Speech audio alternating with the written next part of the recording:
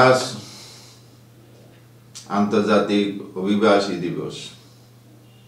National employment human rights ফাউন্ডেশনের পক্ষ থেকে, সিটিজি টাইম এবং চ্যানেল কর্ণফুলীর পক্ষ থেকে দেশবাসী বিশ্ববাসীকে সালাম, শুভেচ্ছা, অভিনন্দন জানাচ্ছি। আজ বিশ্ব অভিবাসী দিবস।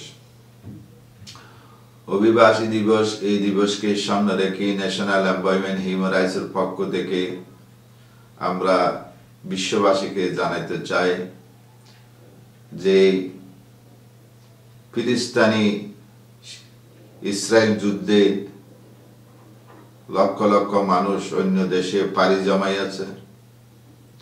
সিরিয়ার যুদ্ধে লক্ষ লক্ষ মানুষ অন্য দেশে পাড়ি জমাইয়াছে।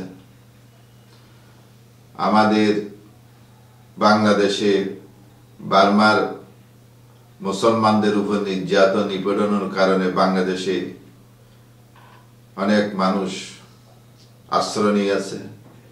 বাংলাদেশের জন্য একটি বড় বোঝা, এই বোঝা বহন করতে বাংলাদেশের অনেক কষ্ট হচ্ছে।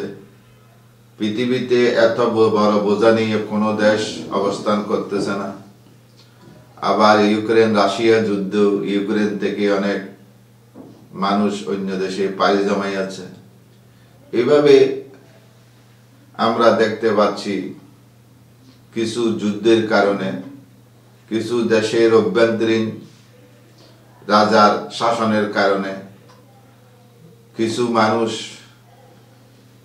পৃথিবীর বিভিন্ন দেশে আশ্রয় গ্রহণ করেছে, যার পরিপ্রেক্ষিতে তারা দুর্বিষ জীবন যাপন করতেছে। বার্মার আকার মুসলমানরা যেই সুযোগ সুবিধা পাচ্ছে পৃথিবীর অন্য দেশে তা পাচ্ছে না। নৌকা করে মানুষ অন্য দেশে যাওয়ার পথে জীবন্ত চলে যাচ্ছে সাগরের মাঝে। এইভাবে মানুষ চতুর্দিকে এই যে ক্ষতিগ্রস্ত হচ্ছে। আজ অভিবাসী দিবসে আমরা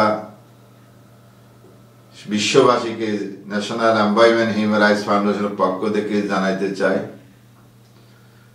জাতিসংঘ একটি আমাদের জন্য, সবার জন্য হেফাজতের করার জন্য, দেশের সংঘাত এড়িয়ে যাওয়ার জন্য যে একটা জাতিসংঘের নামে একটা সংস্থা আছে, সেই সংস্থা আমার মনে হয় নামকস্ত। তারা যেভাবে দেশ বিদেশে যেভাবে আমরা নাম শুনি জাতিসংঘ, কিন্তু আসলে তাদের কাজ কি? তাদের কাজ হওয়া উচিত ছিল এই যে এক দেশের নাগরিক অন্য দেশে অবস্থান করবে না, সেই দেশের শাসক যদি অন্যায় করে, অন্য দেশের জন্য যদি আক্রান্ত হয়, তাহলে একটা দ্রুত ব্যবস্থা নেওয়া। তাহলে এটা যদি নিতে না পারে, তাহলে আর জাতিসংঘ তাকে লাভ কি? জাতিসংঘের শুধু নামকস্তা জাতিসংঘ হলে চলবে না। আমরা বিভিন্ন দেশে ইরাকের, আমেরিকার যুদ্ধ দেখতে পাচ্ছি। হাজার হাজার ইরাকিরা বিদেশে পাড়ি জমাই আছে। আমরা আফগানিস্তানের যুদ্ধ দেখছি, হাজার হাজার মানুষ পাড়ি জমাই আছে। আমাদের এই ভূখণ্ডে যে বার্মার জান্তা বাহিনী যেভাবে নির্মমভাবে হত্যা করলো বার্মার আরকানি মুসলমানদেরকে, অন্যান্য ধর্মাবলম্বী সবাইকে তারা জান্তা বাহিনী হত্যা করলো। তারা সহ্য করতে না পারি বাংলাদেশের আশ্রয় নিয়েছে। আমাদের বাংলাদেশ সরকারও উদার মনে গ্রহণ করে তাদেরকে লালন পালন করে আর কতদিন রাখবে? জাতিসংঘের ভূমিকা কি হওয়া উচিত ছিল? বার্মার শাসক গোষ্ঠীকে যদি না মানে, তাহলে বিভিন্ন জাতিসংঘের অন্তর্ভুক্ত দেশগুলি কোথায় এখন?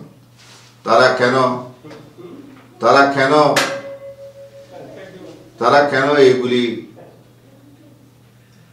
এগুলি সহ্য করবে। কারণ এগুলি সহ্য করলে তো একটি দেশ অপর দেশে দেখার দেখা ধ্বংস করে দিবে। তাহলে এই ধ্বংসলীলা আমরা কেন দেখব? তাই আজ এই যে দিবসটি সামনে রেখে আমরা যে কথাগুলি বললাম, আমরা দেশের জাতির সামনে যে কথাগুলি তুলে ধরলাম, আমরা এগুলি দেখতে চাই না। আমরা মানবাধিকার সংগঠনগুলি এগুলি দেখতে চাই না। কারণ এক দেশ অপর দেশের আক্রমণ করুক এটাও চাই না। এক দেশের সেই দেশের শাসক গোষ্ঠী তাদেরকে নির্যাতন, জনগণকে নির্যাতন করুক এটাও চাই না। যদি এগুলি চলে তাহলে পৃথিবীতে ভারসাম্য থাকবে না। যার শক্তি আছে তা সেই বাহবা পাওয়ার জন্য এক দেশ অপর দেশকে আক্রান্ত করবে, মানুষকে হত্যা করবে। মানুষ হত্যা করা আমরা কোনো অবস্থায় সহ্য করি না।